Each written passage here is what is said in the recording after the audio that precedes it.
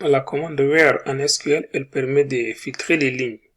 Type de fonction d'agrégation, on a la fonction count, permet de compter le nombre de lignes, et la fonction somme permet de faire la somme, et la fonction AVG permet de calculer la moyenne, et la fonction max pour trouver la valeur maximale, et la fonction min pour trouver la valeur minimale.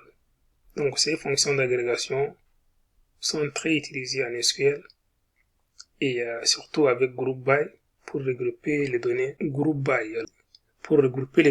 par certaines colonnes et appliquer des fonctions d'agrégation comme somme, la moyenne, pour compter aussi le nombre de lignes, pour calculer aussi la valeur minimale et la valeur maximale. La commande having permet de filtrer les groupes. Surtout, elle est utilisée après group by. La commande order by permet de trier les résultats d'une requête soit par ordre croissant, soit décroissant. Passons à la pratique. Je suis dans ma base enseignant. Je vais cliquer dessus. Je vais descendre en bas dans les schémas. Je vais cliquer dessus.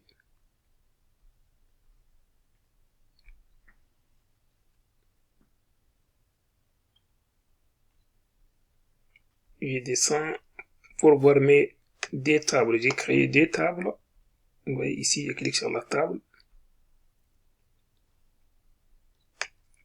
J'ai deux tables, table enseignant et table matière.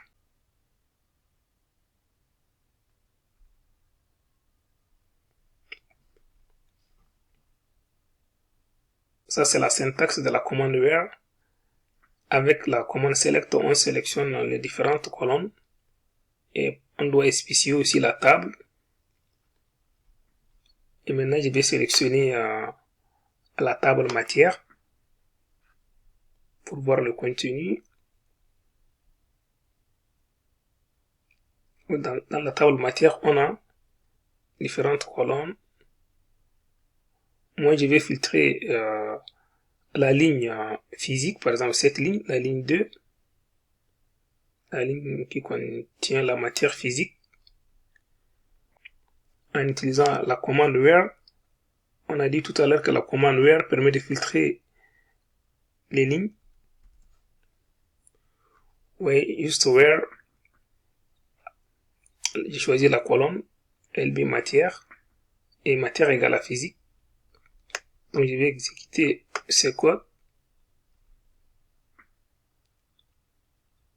pour afficher que la ligne contient la valeur physique. Vous voyez ici, la fonction d'agrégation permet de calculer la somme, la moyenne, la valeur minimale, la valeur maximale, et aussi, elle permet aussi de compter le nombre de lignes. Donc ici, moi je vais choisir ma table enseignant. Voilà ma table enseignant, voilà, il y a des salaires, vous voyez, il y a la colonne salaire ici.